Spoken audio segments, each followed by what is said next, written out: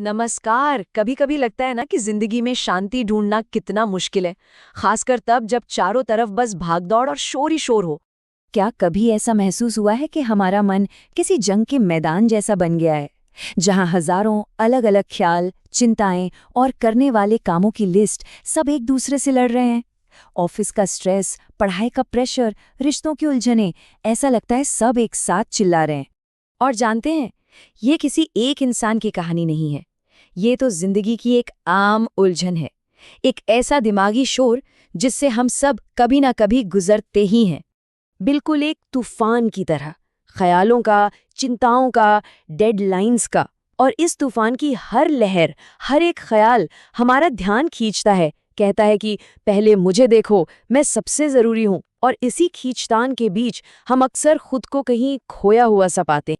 लेकिन क्या हो अगर इस मॉडर्न जिंदगी के शोर का हल हजारों साल पुराने एक ग्रंथ में छुपा हो? जी हाँ, श्रीमद् भगवद गीता आज की इस भाग दौड़ में एक ठहराव देती है। चलिए इसके एक श्लोक से इस बात को समझते हैं।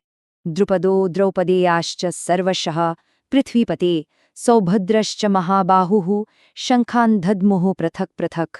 तो इस श्लोक का आखिर मतलब क्या है? ये श्लोक हमें कुरुक्षेत्र के उस मैदान में ले जाता है जहां युद्ध शुरू होने से ठीक पहले सभी महान योद्धा अपने अपने शंख बजा रहे थे। यहाँ एक शब्द है जिस पर ध्यान देना बहुत जरूरी है, पृथक पृथक। इसका मतलब है अलग अलग। हर कोई अपनी अपनी धुन में, हर योद्धा अपना अलग शंख बजा रहा था, अपनी शक्ति का, अपनी मौजूदगी का ऐलान कर रहा था। जरा एक पल के लिए उस आवाज की कल्पना कीजिए।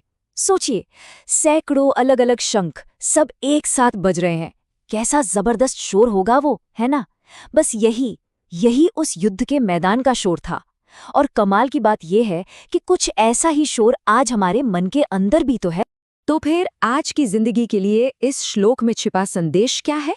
चलिए इसे आज की जिंदगी से जुड़ी एक छोटी सी कहानी से समझते हैं। वो एक संदेश बस इतना सा है कि ये जो शोर है ना, वो हम हैं ही नहीं।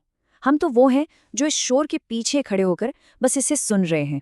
हम वो गहरी शांति हैं जिसके अंदर ये सारा शोर शराबा हो रहा है। अपने किसी आम दिन के बारे में सोचिए। सुबह उठते ही ऑफिस की मीटिंग का प्रेशर, वो एक शंख है। फिर दिन भर फोन पर बजते नोटिफिकेशंस, वो दूसरा शंख। शाम को घर लौटते वक्त ट्रैफिक का शोर, वो तीसरा शंख। और इन सब बाहरी शोर के साथ साथ मन के अंदर चलता तूफान, मानो सैकड़ों शंख एक साथ बज उठे हों। हर चिंता, हर काम अपना अपना शंख बजा रहा है। तो सवाल उठता है कि इस शोर के बीच में शांति मिले तो मिले कैसे? देखिए, गीता हमें इस शोर से लड़ने को नहीं कहती, बल्कि बस इसका साक्षी बनने को कहती है। इसके लिए आज एक छोटा सा अभ्यास करके देखते हैं। आज दिन में जब भी मन में बहुत ज्यादा शोर लगे, बहुत बेचैनी हो, तो बस एक पल के लिए जो भी कर रहे हैं उसे छोड़कर रुक जाइए।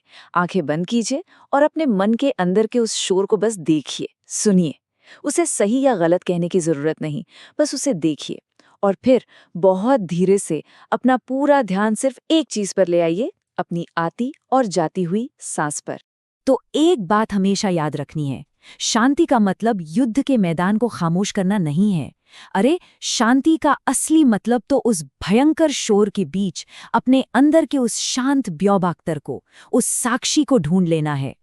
तो क्या ऐसा हो सकता है कि शांति शोर या उलझन का न होना नहीं, बल्कि उस शोर और उलझन के बीच में हमारी अपनी मौजूदगी है? इसी एक ख्याल के साथ आज की बात यहीं खत्म करते हैं। अपना ध्यान रखिएगा।